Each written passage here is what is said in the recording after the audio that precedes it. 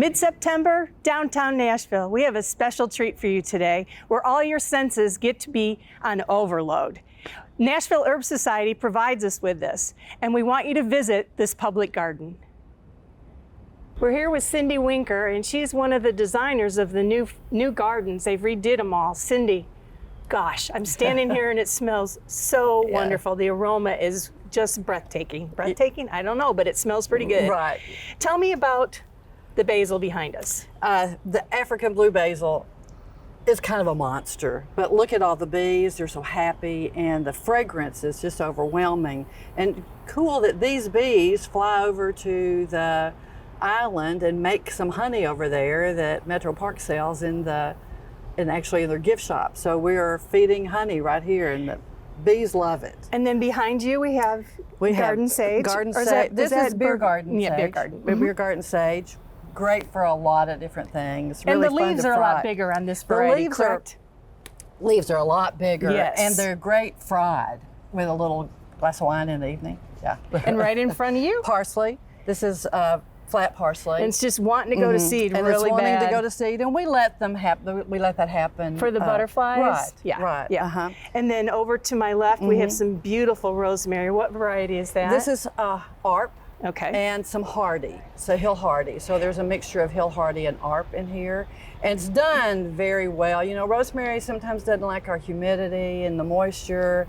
So we've been really pleased that. And you plant these two varieties because they are winter hardy, and just because of what you said, they are adapting to. They're a little more tolerant of our growing conditions here. The marigolds obviously are just everywhere, and again, very happy. They just make you smile.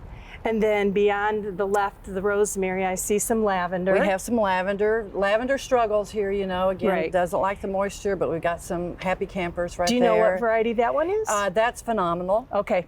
Which is my favorite now. Gosh, I love that at home. And then you have purple sage there. Purple sage again, and the garlic chives are interesting. I love the bloom on the garlic chives, and in the kitchen, they're such a good, easy substitute if you don't have garlic. Just chop them up and throw them in your dish. And a note to our viewers, cut them seed heads off or you'll have it everywhere.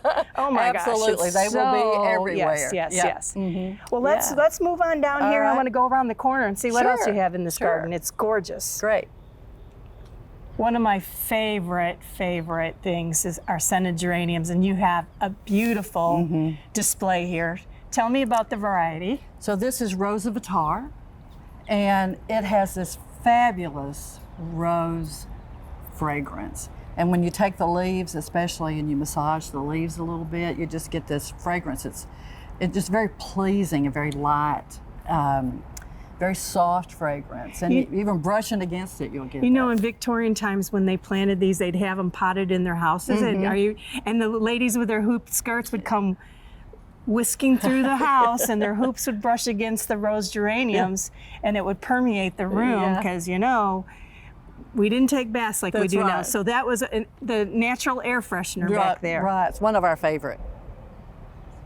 This is an interesting herb. I had not seen it until we sold it at our plant sale last spring, and it's called Lipia dulcis. It's sweet Aztec herb, native to Mexico and Central America. It's a good kitchen herb if you're trying to avoid sugar.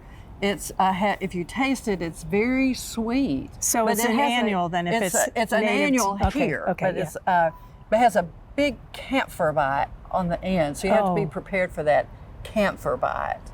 But I love how it's cascading down the wall here. Very, very beautiful. It was a tiny little plant when we put it in there. And is this just one plant? That's one plant. Oh my goodness. That is beautiful. Well, you get a lot of bang for your buck on that one. Well, it's in the mint family, so you can expect that kind of behavior from something in the mint family. And then I want to talk about behind you, you have some beautiful pink globe amaranth. Can you tell me about that? I can. So, Gomphrena, interesting plant. It's one of our favorite. We have it in several places in the garden. And several colors. Several colors, and has antioxidant properties, has antimicrobial properties. You can make tea with it and use it for an astringent on your face. It has cultural significance in Asia where it's native. Because those blooms will dry, they'll stay the same color, they'll stay the same shape for a really long time. It's considered symbolically to have the herb of long, or the flower that represents long life. Well, it's gorgeous in the garden today for us. Share with our viewers what this is. This is string theory Amsonia, and it has a gorgeous cluster-like blue bloom, kind of powder blue, sky blue bloom in the spring and early summer. And then it has this gorgeous foliage. It's very unique. Yeah, and it's just so, I always call it airy-fairy, you know, just kind of open and blowing in the wind.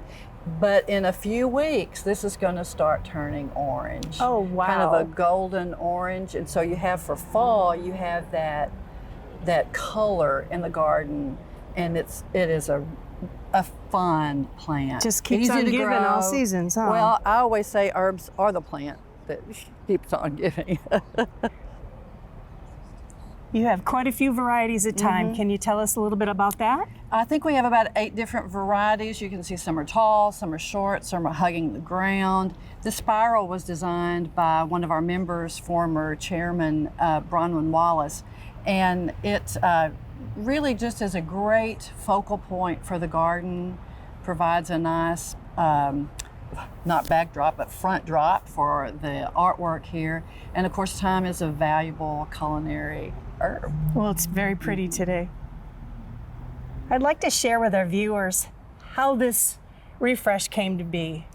So we originally, Herb Society of Nashville originally planted this garden in 1977, professionally designed. We maintained it for all those years, and you know, as gardens will do, it began to get a little bit tired. Cherry trees needed to be replaced. So we did the refresh in the summer of last year, refreshed the soil, composted, designed new plants. And you saved a lot of the perennial herbs when you were doing this. We saved as many of the perennial herbs as we could, saved as many of the permanent plantings as we could. And then in August we started planting. We planted some in the fall. Most of this was planted in the spring of this year. And what are you leaning towards? You had mentioned native herbs. Is that something this garden is going to lean towards now in the future? We don't. Native plants are great, and we use them whenever we can, but there's so many culinary herbs Correct. that are not native. Yes. They're mostly Mediterranean, that we will always have those. So we'll always have plants that are some native, some non-native, native where we can. And so how many hours a week are you in this garden working with your little elves? Yeah, so I'm not here every week. We have fabulous co-chairs that are here every week. And they organize, make sure the volunteers are here, but we probably spend 4 to 6, sometimes if we're planting 8 or 10 hours a week. Okay. It's all volunteer. In this garden, just as at Nashville Herb Society, that you partner with the city of Nashville, is that correct? That's correct. We partner with Nashville Parks and Recreation, and they've been a wonderful partner, have supplied some of the permanent plantings for us. The Herb Society has supplied the rest, but most of the funding comes from... Most of the funding comes from the Herb Society of Nashville. And so if our visitors, or excuse me, if our viewers wanted to visit, tell us how they would enter this garden. So you enter this garden from the Art Center, which faces, the garden is really behind the Art Center. I always say it's one of the best kept secrets It's like a secret garden, absolutely. It's a secret garden, so you come in through the Art Center, and it's only open when the Art Center is open, so you'd have to check the hours of the Art Center. But come in here, visit.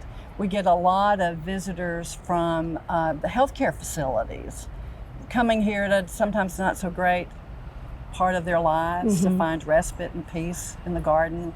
We're really proud that we can provide that. Well, it's beautiful. It's beautiful. Let's get on the we're going to go see some more herbs. All right.